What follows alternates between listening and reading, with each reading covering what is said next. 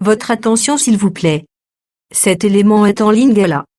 Contactez-nous pour savoir s'il est aussi disponible en la langue de votre préférence. Veuillez aussi noter qu'il est en audio uniquement, dépourvu de ce fait d'image originaire. ChristEquality.com. Les cieux sont à la portée de votre main, juste par un simple clic de la souris. Évangile-éternel.com. Conservation et partage de l'Évangile éternel. En collaboration avec l'homme de Dieu, le Dr Jacques Moutombo, vous propose de suivre cette vidéo pour votre édification spirituelle. Tous les enseignements du Dr Jacques Moutombo sont disponibles sur christequality.com/jacquesmoutombo.html. Bonne édification au nom de notre commun Seigneur et Dieu Jésus-Christ. Amen. Que le Seigneur apambola moko na biso. Toujours la Bible à la biso. Dans 1 Chronique, chapitre 2, versets 16 à 17. Leur sœur était Tcherouja et Abigail, fils de Tcherouja, Abishai, Joab et Asaël. Abigail enfanta Amasa, le père d'Amasa, fille Jéter, et Ismaélite. Seigneur Dieu de grâce, te remercions pour sa mission Ngolu, la pourquoi Oyo, Toyo, Kamilo Manayo. Merci. Merci. Nous même si nous avons message de les papes vignon, les papes sont nous autres vignon makila, tous les soni tomé la makila tous soit bon moi tout est le même bonheur sur Satana. Pambola makoki kutanga tuboneli na kombo na Yesu Kristo. Amen. Topesi Kristo mote na kombo na Yesu Kristo. Topesi mote na kombo na Yesu Kristo. Topesi Nzambe merci pour sa mission ngulu na pokwa ya lelo. Ebele bazu occasion yote ya ko se présenter devant le Seigneur. Ebele bakufi. Ebele bazu ba makama. Mais Nzambe na bolingo na ye abateli ngai na yo apesi ngai na yo makoki ya koya na litonga pour écouter la parole. Voilà pourquoi nous allons kopesa ye merci pour libanda na ye mosusu a jalite.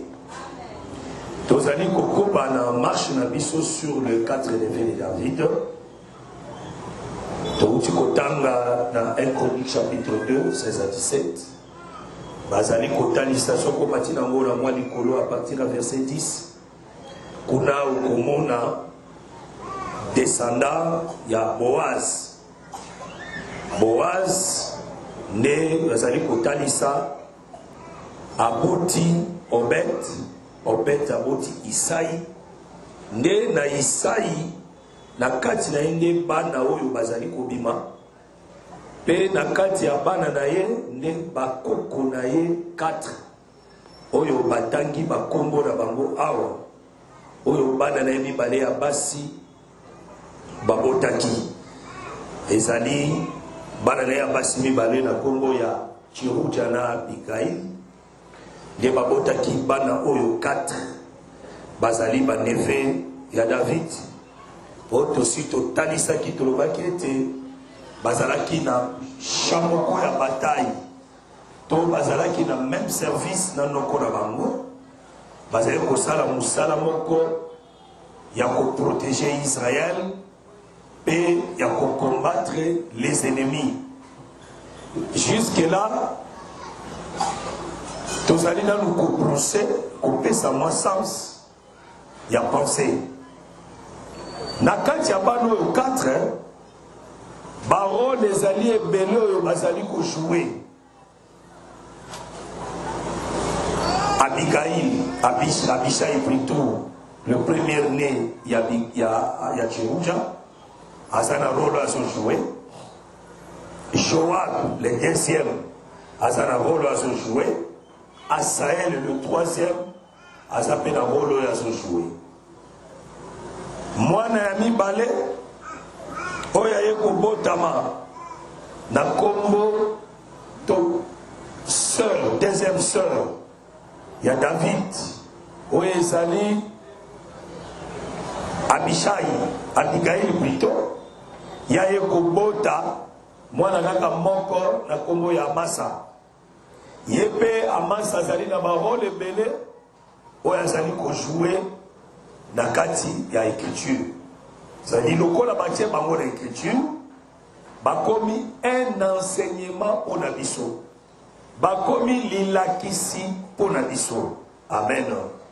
Amen.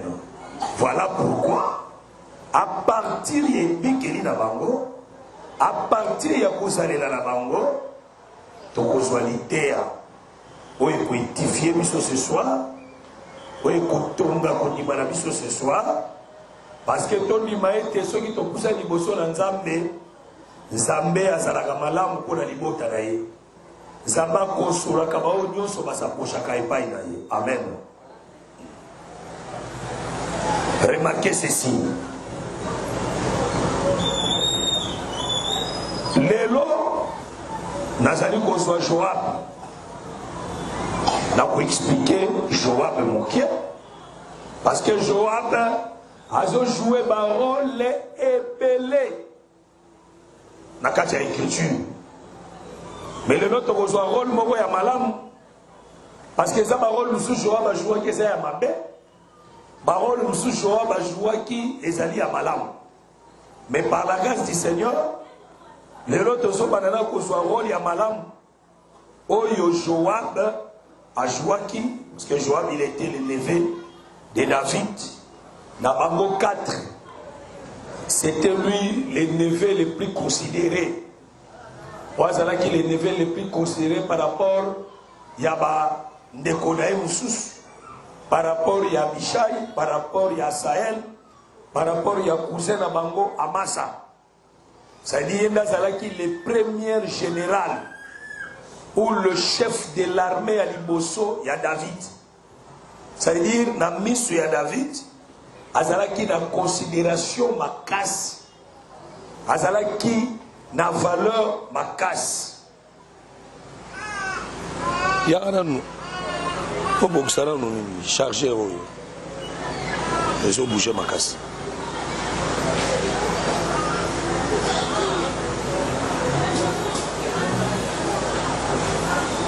Donc, Joab azalaki le neveu le plus considéré parce que azalaki le chef de l'armée à Liboso. Oyo bapesa qui est pouvoir. Il y a makasi pas David pour que akokana ko fonctionner, pour que akokana ko jouer rôle abana ko jouer. On m'a dit Bible ndenge zali boye. Nzambe azwi batu makambo esalami na mokili makambo esalami na Israël azwi makambo wana esalamaki na kati ya Israël atiango na écriture ekomi une vie mpo na biso. C'est-à-dire bato bazojouer nde barole oyo bazojouer en réalité eza susu bango te mais komi kopesa nde un enseignement, une instruction. Remarquez. Tango Joab tokozwaye awa. Soki tango Joab tokotalisa ye na rolo azo jouer sikoyo. Ye moko ayebaki te ke rolo wana banda ko jouer ezaki signification na boboye. Ayeba ina ete. Ye azo sala na ye pona accomplir désir moko boy to asala bolamu moko boy na mutu mais nzoka ndemba ya Nzambe c'était un enseignement biso lelo par la grâce du Seigneur toyende ko comprendre makambo wana bango babanda ko sala ezalaki nini tina nango ezalaki nini. Amen. Amen. C'est ça. l'élondé par le Saint-Esprit. Tozoya ko découvrir makambo nini oyo esalamaki. Pourquoi jouaki rôle? Pourquoi salaki boy? Pourquoi salaki boy? Les deux ont enseignement pour la mission. Les ont commencé la question pour la mission. Ton jeu écriture. Dans 2 Samuel, chapitre 14. Je suis à partir d'un verset numéro 1. Joab, fils de Jérouja, s'aperçut que le cœur du roi était porté pour Absalom. Il envoya chercher à Tekoa une femme habile et il lui dit: montre-toi désolé et revêt des habits de deuil, ne te vois pas d'huile et sois comme une femme qui depuis longtemps pleurait un mort. Tu iras ainsi vers le roi et lui dit, et tu lui parleras de cette manière. Et Joab lui mit dans la bouche ce qu'elle devait dire. La femme de Tekoa alla parler au roi. Elle tomba la face contre terre. Elle se prosterna et elle dit au roi, sauve-moi. Le roi lui dit, quand-il? Elle répondit, oui, je suis veuve. Mon mari est mort. Ta servante avait 2 fils. Ils se sont tous déquerellés dans les champs. Et il n'y en avait personne pour les séparer. L'un a frappé l'autre et la tua. Donc, à partir du verset 19. Donc, il t'a manqué. Et le roi dit il lui dit à la femme, la main de Joab n'est-elle pas avec toi dans tout ceci? Et la femme répondit, aussi vrai que ton âme est vivante. Ô roi, mon Seigneur, il n'y a rien à droite ni à gauche de tout ce que dit mon Seigneur, le roi. C'est en effet ton serviteur Joab qui m'a donné des ordres et qui a mis dans la bouche de ta servante toutes ces paroles. Verset 21. Le roi dit à Joab, voici, je vais bien faire cela. Va donc ramène le jeune homme Absalom. Joab tomba la face contre terre et se prosterna et il bénit le roi. Puis il dit au serviteur, connais aujourd'hui que j'ai trouvé grâce à tes yeux, ô roi mon Seigneur, puisque le roi agit selon la parole de son serviteur. Et Joab s'en et Joab se leva et partit pour Girshim et il ramena Absalom en Jérusalem. Mais le roi dit qu'il se retire dans sa maison et qu'il ne voit point ma face. Et Absalom se retira dans sa maison et il ne vit point la face du roi.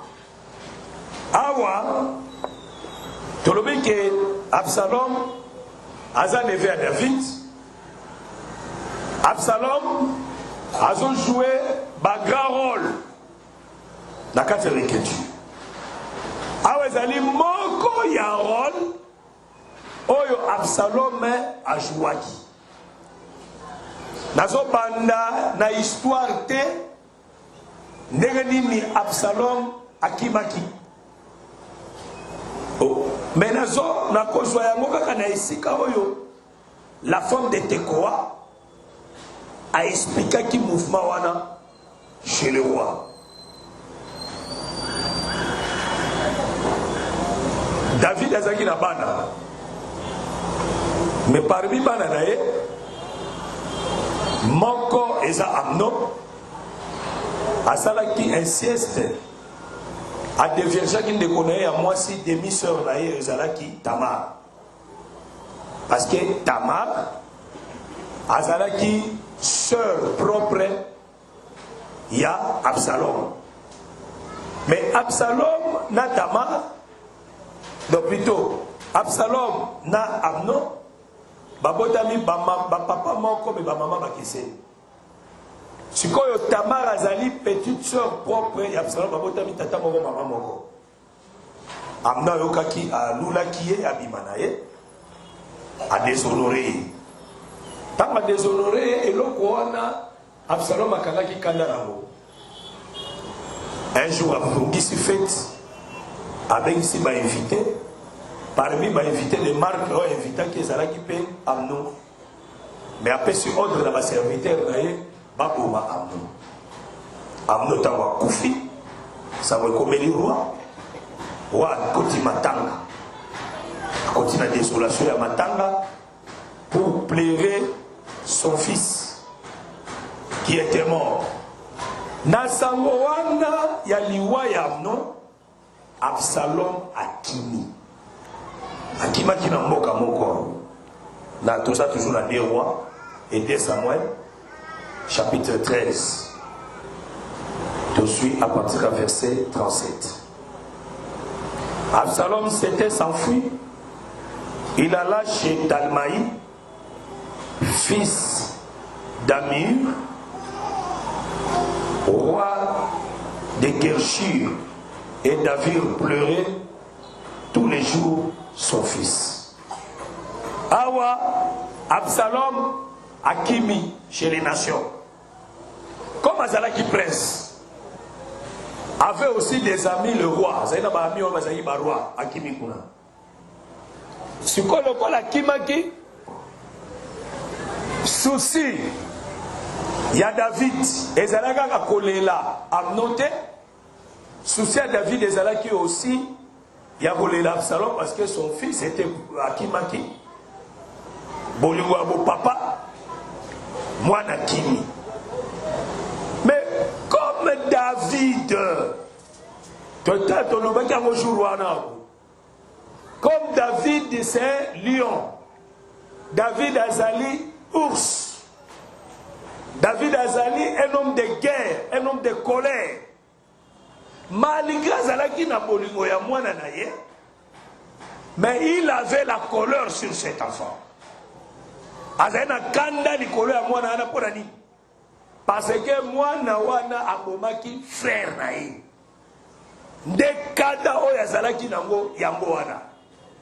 Sikoyo pour qu'un jour Absalom azonga na mboka auprès de son père. Il faut Moussala moko esalema pour na kozonga na Absalom na mboka. Ça dit que Moussala wana esalamite Absalom akozonga kate. Parce que makambo ya exil et bada le lute et bada kala. David pas à l'exilé quand il fouillait Saoul. Batebele na Bible bakoma ba exilé. De la même manière aussi, même Jésus aussi, a commencé exilé, tant que Lukababo Maye et place à Hérode, Joseph na Marie qui mis en Égypte, a été exilé en Égypte. Dès que vous avez Absalom, a commencé exilé dans Mboka wana. Et le col a commencé exilé. Poisonga, il faut mesure de grâce. Il faut mesure de grâce, c'est ça les mains. Azar assuré que ce qui a zongi, Bangoma était chez le Père. Amen l'église. Amen. Bangoma était chez le Père. Bako détruire était. Bako écraser était. Il fallait que Moussala Moko boye salima. Mais remarquez maintenant rôle Oyo Joab a joué. Joab a remarqué que le roi Joab, fils de Jéroudia, s'aperçut que le cœur du roi était porté pour Absalom. Amoni que monté Mayawa et comme il n'a pas ça, il y a comme Absalom, il y a comme porté Absalom, il y a comme même Absalom. À reconstater qu'il y a mot. Voilà, je pose la question. Comment Joab devait connaître le cœur du roi?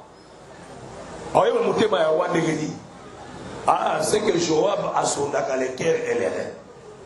C'est quoi le nom là? Amen.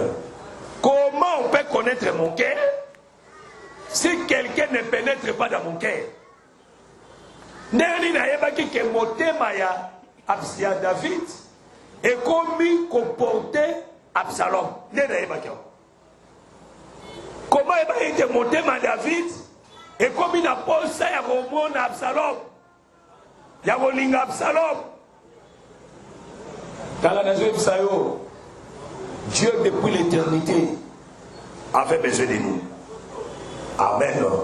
Parce que tu peux expliquer mon mouvement dans la marche. Dieu depuis l'éternité, il nous a aimés.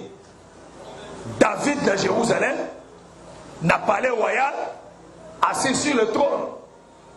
Il avait besoin.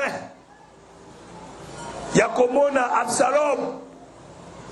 Parce que tout aussi Jérusalem comme le ciel. Le palais royal comme l'éternité. Puisque le roi était assis sur son trône. Mais maintenant, il fallait que Moussa beaucoup salema. Awatozo soit Joab qui connaissait le cœur du roi. Pe ayeba kete maloba ninyo soki bayebisi roi ekosepelisa motema na ye. Ekopesa ye motema ya esengo ya kondima Absalom. Joab connaissait ça. Joab a dit. Joab, il était auprès du roi. Yazaki pembeni ya roi. C'est-à-dire, Awa Joab te soit comme le Saint-Esprit, qui était auprès du Dieu. Amen. Wazaki pembeni na zam.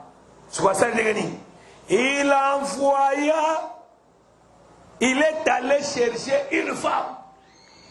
Akeluka moi soit, akeluka moi si moko na tribu ya Shida. Na mboka moko babengi yango Tekoa. Ezalo kwa neti na ville ya Kinshasa. Sikoyo bake koluka mboka moko to moi eseneti l'immédiat. Ça dit moi soit un exemple à bimina limité, c'est ça. Ça dit Jida parce que Jida ezalaka na Bethlehem te. Jida ezalaka na mboka ebele na kati. Tekoa aussi ezali na kati ya Jida. Ndeta makomi na Tekoa akeluka mwasi moko wana. Akeluka mwasi ni une femme habile. Mwasi moko courageuse. Mwasi moko yamakasi. Ndake koluka ye. Aïe si cette femme alubiaka. Je vais te donner un travail. Je vais te donner un service à faire. Comme Azala qui habile.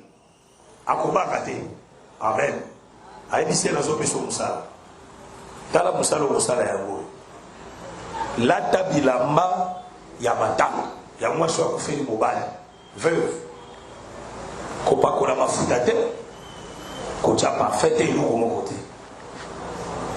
Tala okokende par roi. Okoyebisa ye boye. Et la Bible dit que notre Joab a su maloba a tchango na munoko ya la femme de Tekoa. Elle sait yo que ne koloba boy. A su maloba chena katina e zwa kende. Et la femme de Tekoa a télé a créé place à roi. Et a commis chez le roi à se prosterner les boussonae. Elle sait roi Nazara Bakabako, il se roi Lobiloba. Abadobe Telesco Lissou. Azongi n'allait passer. Amen. Pour Neskato Kubanda, Kozonga n'allait passer. Azongi n'allait passer à Lobi. Neko na mwana servante na yo azalaki na bana kaka mibale. Des enfants seulement. Bango nyonso mibale bazalaki na champ. Mutu mususu azalaki te. Baswani. Parce que l'évangile il faut expliquer du saut au choix des amis. Amen.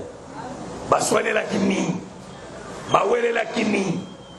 Moko sikoyo abomi muninga na ye. Era bobi muninga na ye. Bandeko ya tata. Ya mwana balobi non non. Lokola ya bominde konaye, ye pas koki kotikala te. Ye pe photo bomai. Yango na ye pa ina yo. Naza mwaso kufele mobali. Natikali kaka na mwana moko wana. Soki obomiye, soki ba famille ya mobali nga ba bomiye. Et causa la perte. Babandi, abandi, causa la intercession pour le fils. Amen. Oh, les rois ne savaient pas que la femme de Tekoa faisait l'intercession pour Absalom. Yazo kanisa, eza pona mwana na moko. Amen. Zokande, la femme de Tekoa, a pris la place d'Absalom. Amen. Yasalaki li soumouté, asalaki mabe mokote. Mais ayende ko se komi bonza, ayende komi kaba chez le roi, na place Absalom. Tango lobi. Roi discerné. Abi, nazo poser une question moko. Loboko ya Joab, ezala makambo te. Pourquoi t'as dit qu'à Joab? Amen. Banefe bazaki ebele. Pourquoi tangi Asael était? Pourquoi tangi Abishai était? Pourquoi tangi Amasa était? Pourquoi tangi Joab? Abi, loboko ya Joab ezala simana ye. Tala. Oyebi Bible lobi esprit biso tozana ngo. Ezo témoigner biso que tozaba na Nzambe. L'esprit de Dieu ne peut jamais tromper Dieu. Ou bien Nzambe, il ne peut pas se tromper là où il y a l'esprit de Dieu. Là où il y a le Saint-Esprit, Dieu ne peut pas se tromper. Ce qui est l'église wana makabubozo sala. Molimo mosantu nde azana kati, Dieu va éprouver. Nzamba va éprouver. Mais ce qui est à cet esprit te, Nzamba kolobake na moni loboko ya Joab awate. Amen église. C'est que là où il y a la présence du Saint-Esprit, c'est la présence de Dieu. Nzamba koki na ko se tromper. Là où il y a le Saint-Esprit, il ne peut pas se tromper. Est-ce que cet esprit ne va pas se tromper? Jamais. Pratiquement impossible. Il y a moyen que non. Mouton koki kozala na maloba oyo. Ezalaka Joab. Ah, c'est que ça maloba oyo. Joab ayoka kamwe place ya David. Est-ce que la malaba? Joab ayoka maloba n'est pas David. Ayoka kamwe place musuté. C'est-à-dire Nzambe yemoko maloba oyo lobama. Oye salama d'intercession, ça vient de Dieu lui-même. Et où t'as pas mutu musuté? C'est quoi la nanga malaba? Tango Joab alobi c'est que la main de Joab. Moi c'est pas lobi oui. Et ça solo Joab ende mutu atindi ngai na ya koloba yango. Na lobi bobenga Joab, bengi Joab, abi Joab, ça va? Kende pour ramener Absalom à Zoka. Joab a accueilli pour Absalom. Tant Absalom a été, a monaki le roi a traité. A zongi, le roi pesca ordre. A kende kofana nanda kunaye. Mais a komona ilongi na ngaiti. Que le Seigneur vous bénisse. Amen. Le roi c'est qui? La base de ce temps, c'est que David a trouvé que David, c'est l'image de Dieu lui-même. Parce que ce que je suis aux Anawana, à partir du verset de ce temps, à partir de Samuel chapitre 14, verset 20, le retrait de béni. C'est pour donner à la chose une autre tournure. Une autre tournure. Que ton serviteur Joab a fait cela. Mais mon Seigneur est aussi sage qu'un ange de Dieu pour connaître tout ce qui se passe sur la terre. Amen. Ce que tu as écrit, verset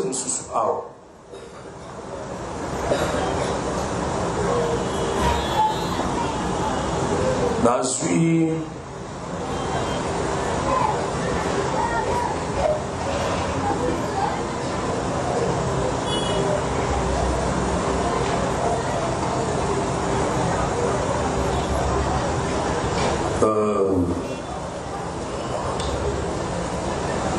naluka passage yango mpo epakisa elema mosusu ya malamu nazalaka na 2 Samuel chapitre 14 wana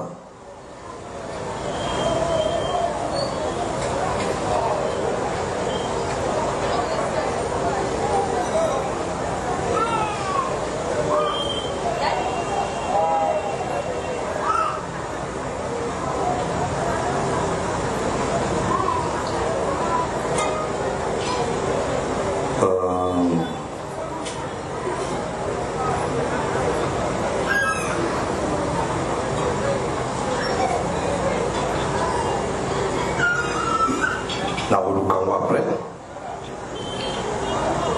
mais nakorepeta yango ayebisaki David ete alobi oza na makoki ya koyeba mabe na malamu.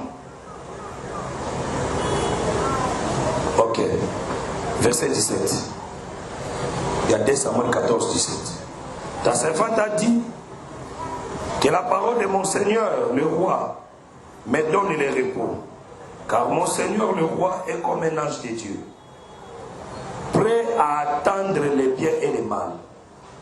Et que l'Éternel, ton Dieu, soit avec toi. Awa, la femme a joué sa roi, que maloba, moi c'est roi, joué sa moi si je joué sa roi, maloba na yo épée sanga il est repos. Amen.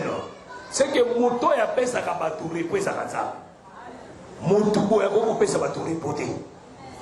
Amen l'église. Et bien le bien était roi aux alliés locaux la ange, tu es prêt à attendre le bien et le mal. Ah, ça veut dire David a zéna makoki ya koyoka mabe na malamu. O muto zana makoka koyoka mabe na malamu zaranza. C'est lui qui a la capacité de maîtriser ça. Donc ici, par ces versets ici, David a son bima wa Nzambe. C'est Dieu lui-même. Joab, c'est le Saint-Esprit. La femme de Tekoa, dans la tribu à Juda, c'est le Seigneur Jésus.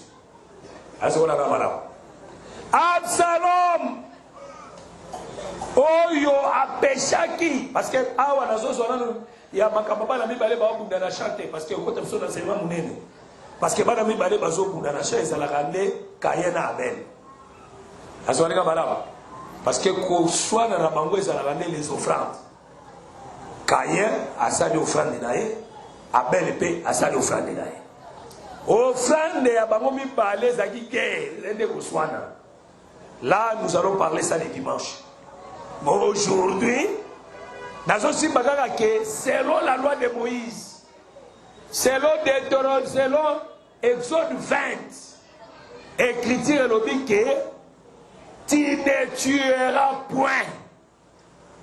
Okobomate, c'est que ceux qui m'ont abomi a violé la loi. Amen. Amen. C'est que ceux qui a violé. Et ceux qui m'ont abomi, c'est qui a violé la loi. Le gars de Joab, et plutôt Absalom, a tué son frère. Abomi Nekonaye. Ça veut dire, il a violé la loi. Il a désobéi à la loi.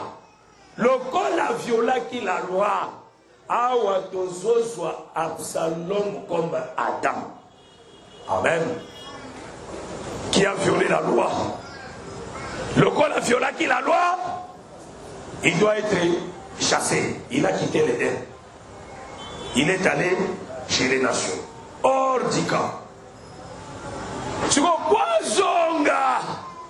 Il faut une démarche de la rédemption. Amen. Il faut démarcher salement. Pourquoi vous avez c'est-à-dire, ceux qui démarchent soit des salamités. À cause jamais. Voilà pourquoi Bissonnion sort. Ton soumukaki na kati ya Adam. Topeshaki na kati ya Adam. Amen église. Biso tout tozalaki condamné na kati ya Adam. Nous tous tobwakamaki na kati ya Adam. Mais Dieu dans l'éternité, son amour envers nous, et s'il a quitté nous, malgré il avait fâché, malgré Nzamba silikaki, mais bolingo na ye et pas na biso, et s'il a quitté. Amen. Parce que soki Nzambe alingaka biso te, soki Nzambe alingaka biso te, bolingo na ezali likolo na biso te, mais Yesu aya te. Koya ya Jésus ezalaka signe ya bolingo ya Nzambe. Amen l'église. Parce que Absalom, il était le fils de David. Il était le prince, le fils du roi. Adam aussi, il était le fils de Dieu. Le prince, parce que le véritable roi c'est Dieu lui-même. Amen. Son fils, c'était nous. Nous étions des princes. C'était Adam. Amen. Oh, neveu. Le neveu qui est Joab, c'était le sang propre de David. Amen. Ça dit David na neveu naï. Voilà pourquoi Joab ayeba ki makamunyo so ezaki na motema ya David. C'est que Joab c'est le David. Voilà pourquoi l'esprit qui est Joab doit quitter la maison royale et kokende ti na Juda. Il faut quitter la moitié de la Juda. Amen. Quand nous disons que la main de Joab est sur la femme de Tekoa, ça veut dire quoi? C'est lui qui parle. Nakatia, la femme de Tekoa, c'est Joab. Amen. C'est Joab. Oh, la femme de Tekoa, c'est le corps. C'est Jésus. Parce que Jésus est venu aussi comme une femme. À qui nous connaissons moi aussi. Mazalaki une femme habile. Mazalaki moi si moi quoi mis ma casse. Parce que Jésus n'avait pas peur de quelqu'un. Jésus s'approchait devant tout le monde. Azali kozala devant ma pharisien, ma sadducéen, ma scribe. Azosana bango ba débat. Parce qu'elle avait une femme habile. Aïba Koloba. Mais cette femme, Azala qui veuve. Moi, je suis qui veuve. Mais Ami Sala qui te veuve. Amen. Ami Komisa qui veuve. Alata qui ne elamba ya veuve.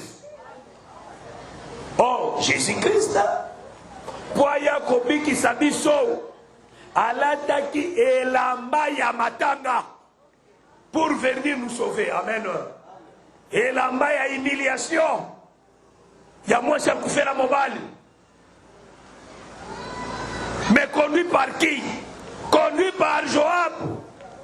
C'est que tant Jésus dans Jourdain, Abimina Katiamai, le Saint-Esprit qui dit qu'il sous forme et en colombe, c'était Joab qui était descendu en lui, en elle. Amen. Pour Abanda Koloba. Pour Abanda Moussala. Ça dit Tagnon sur l'ancienne alliance. Personne n'était venu secourir Absalom. Absalom a Katia exil. Mais il fallait qu'il tienne lui-même à sa forme à Joab, l'esprit, pour qu'il ait un corps. Afin qu'il a sauvé un prince qui est dans les péchés. Un prince qui est dans les mal. C'est-à-dire d'un côté, chose seulement que tu as qui musika nanzambe. Tu as qui banda nanzambe. Tu as qui loin de la face de l'Éternel. Que le Seigneur vous bénisse. à la place de la femme de Tekoa. Les bisous tous a sauvé. Sauf que la femme de Tekoa, mais les bisous tous a sauvé. Amen. C'est elle a donné sa vie. Anima qu'on s'est sacrifié. Anima qu'on y a liboso ya roi. Avec de belles paroles. Amen. Na maloba ya malamu. T'en as très bien. Na maloba ya malamu. Ça dit c'est elle qui avait de belles paroles. Ah, c'est que la femme de Tekoa Azalarané Neftali. Dans Genèse 49, tout en Yango. Genèse 49.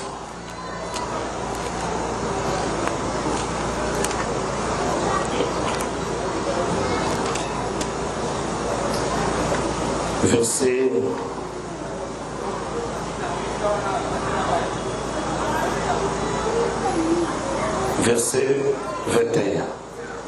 Voilà Jacob a sur le Neftali. Neftali est une biche à liberté.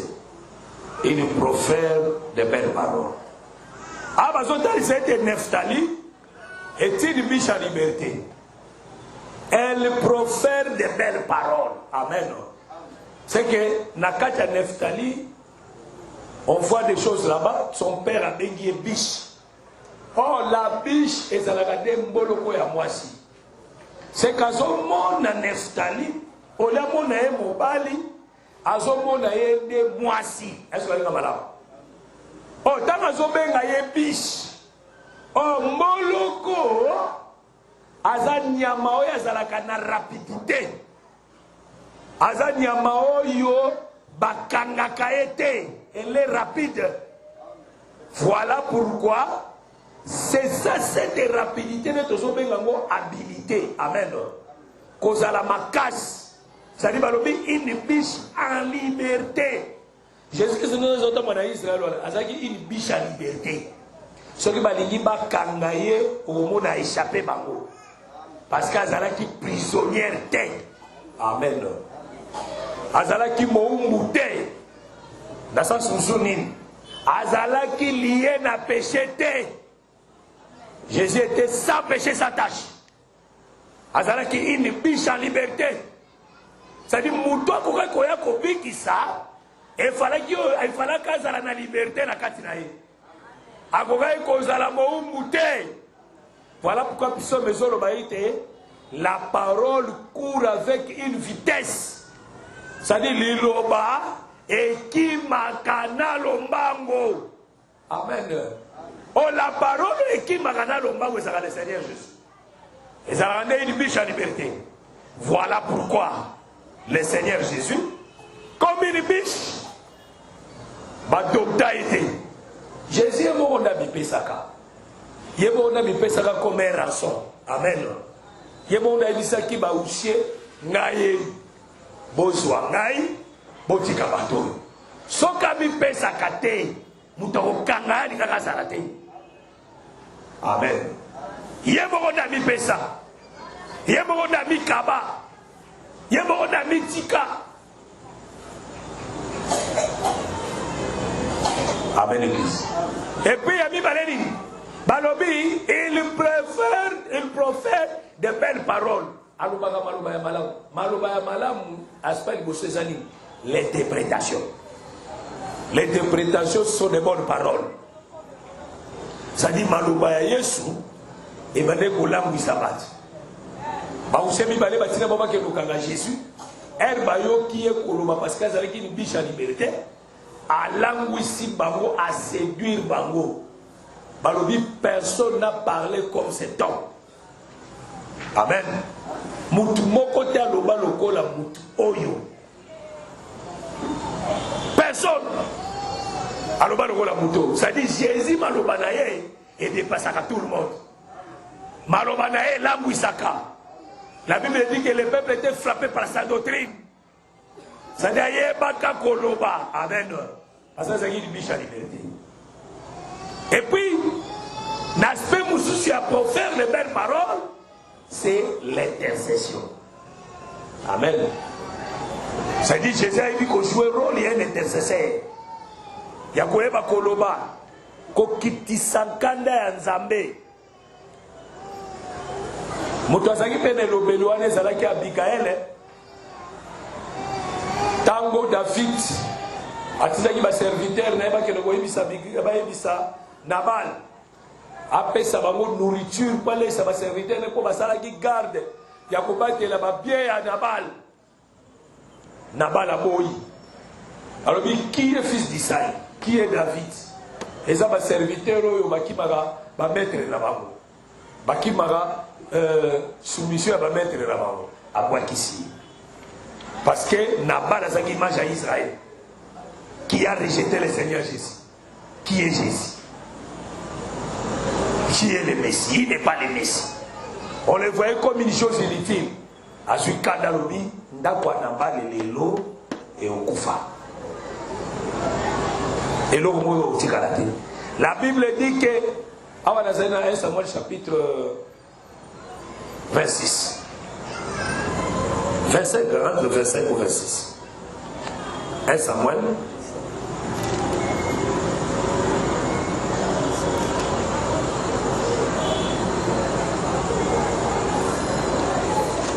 Samuel 25.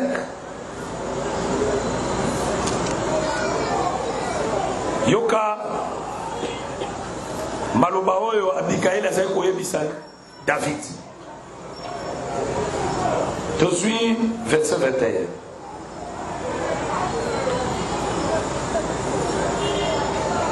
David avait dit, c'est bien en vain que j'ai gardé tout ce que cet homme a dans le désert, et que rien n'a été enlevé de tout ce qu'il possède. Il m'a rendu le mal pour le bien, que Dieu traite son serviteur. David donna, David dans toute sa rigueur, si je laisse subsister jusqu'à la lumière du jour et du matin, que ce soit de tout ce qui appartient à Nabal. Lorsqu'Abigail aperçut David, elle descendit rapidement de l'âne, tomba sur sa face en présence de David et se prosternant contre terre. Et l'okoyo, la femme de Tekoa, passe à la caro. Amen. T'as commis devant David à se prosterner. Ami qui s'est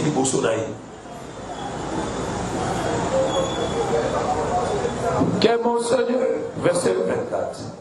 Puis se jeta à ses pieds, elle dit à moi la faute, mon Seigneur, permets à ta servante de parler à tes oreilles et écoute les paroles de ta servante. Amen. Abigail Moutassaray pécheta, il y a Moutabengala qui va serviteur à David. Mais l'écriture dit quoi? L'écriture dit, Tango Kaka. A comme il bossait à David, à se prosterner liboso naïe, à ça David que faut des années à naïe. Le châtiment qui nous donne la paix est tombé sur nous. Amen. Ma béo yo. Et l'ingake quoi la biso, y'a de quoi l'ikolo naïe. Y'a d'azoi salité na biso. Alors la faute des années à naïe. Mais permettez naïe. Servante nayo alo banalito inayo. Amen. Écoutez mes paroles. Amen, église. C'est qu'Abigail avait des paroles. Oh, il fallait qu'il alo banalito ya David. Amen. Parce que David avait la colère. David a dit ma casse pour tuer, pour déchirer, pour répandre le sang. Mais Eloko a apaiser sa colère. Il faut les paroles. C'est qu'Abigail ici, c'est la femme de Tekoa. Une biche en liberté qui profère de belles paroles. Yo asko paroles. Oyaze ko ebisaye. Que mon Seigneur ne prenne pas garde à ce méchant homme, à Nabal, car il est comme son nom. Nabal est son nom. Et il y a chez lui de la folie, et moi, ta servante, je n'ai pas vu les gens que mon Seigneur a envoyés. Amen. Mais pourquoi tu as apporté les péchés? Il n'a pas vu les gens. Alors, Koti akate na mutu ya mabeoyo. Amen. Dans la mutu a sauvé Jésus. Jésus a dit ça Nzambe. Ati akanda na été likolo na biso. Parce que nous sommes des méchants. Mutu empêcha la colère de Dieu est tombé sur nous. C'est une femme. Il y a dit que Kota la mutu était les méchants. Kota la été. Pour ce Kotali, Obomaye. Ce Kotali, Obomaye. T'as la raison, Bisayo. Ce qui est soutenu, mais les bisous de Zubo Moïté. Ce qui est soutenu, mais les bisous de Sangani Awate. Ce qui est soutenu, mais les bisous de Za Sauveté. C'est par lui. Les bisous de Tobi qui s'habille. Alors bien, Kota la moto yote, il est méchant. Amoutumabe, il est comme son nom, Nabal. Aloko la kombo na ye. Ngai servante le namona qui va serviteur au titre qui. Amen. Ah, c'est que Jésus, Dieu, il envoyait ses prophètes. Parce que les serviteurs sont des prophètes. Il envoyait les prophètes. Israël a rejeté les prophètes. Amen. Après qu'un prophète a rejeté Bango, a manifesté l'incrédulité. Yoka. La zone de Souksawara. Maintenant, mon Seigneur, aussi vrai que l'Éternel est vivant et que ton âme est vivante, c'est l'Éternel qui t'a empêché de répandre les sangs et qui a retenu ta main, que tes ennemis, que ceux qui veulent du mal à mon Seigneur, soient comme Nabal. Amen. Alors, bien, Nzambe a empêché le boko na yo pour sopa makilate. C'est-à-dire ceux qui moi sont à côté, mais les David a sauvé makila. À cause de cette femme, Dieu a empêché la main de David pour que David a répandre les santé. Amen. C'est que Moutouasala Moussala, il y a quoi empêcher la main de Dieu pour répandre les santé, c'est le Seigneur Jésus-Christ. C'est lui qui a empêché la main de Dieu. Yoka.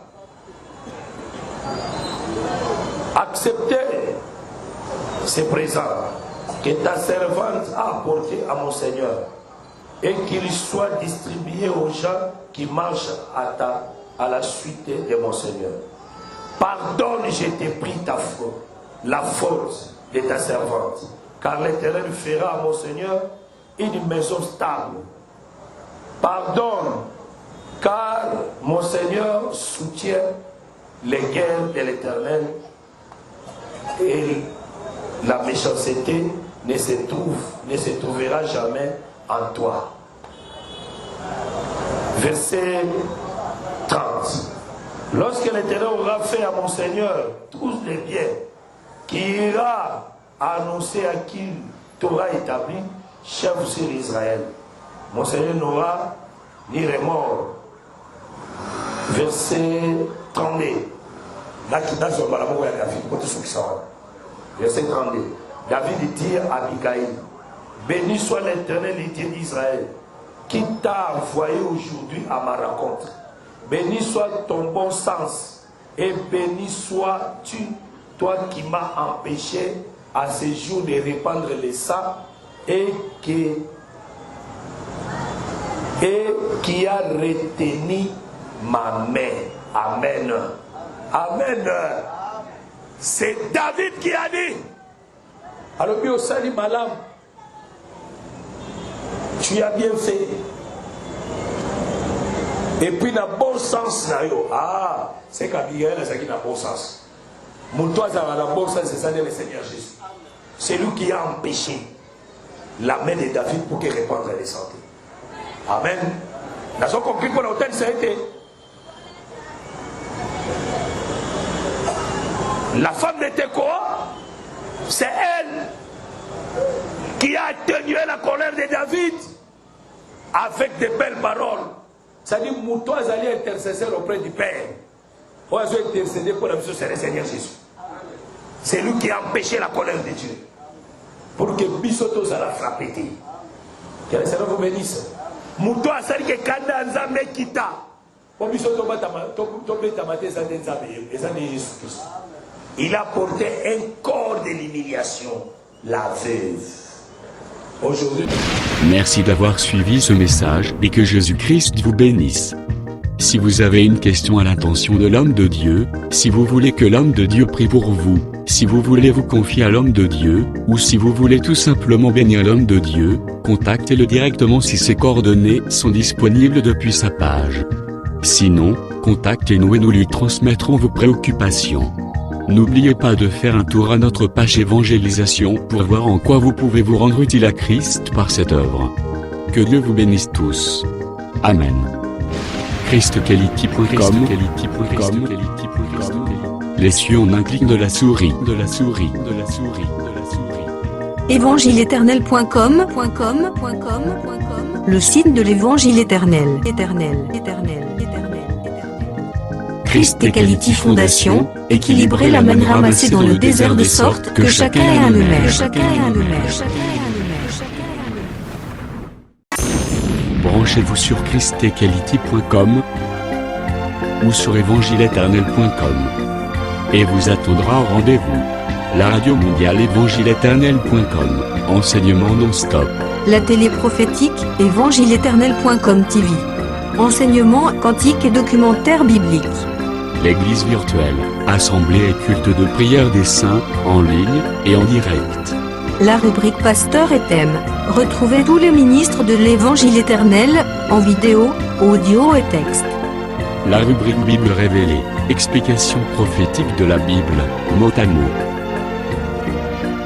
La rubrique Questions et réponses, expose les réponses des ministres à vos questions difficiles et compliquées. La rubrique Prophétie et actualité, décrypte pour vous, l'actualité, en rapport avec les prophéties bibliques. La rubrique Aréopage, ouvre à tous, et sans censure, le libre débat et exposition contradictoire.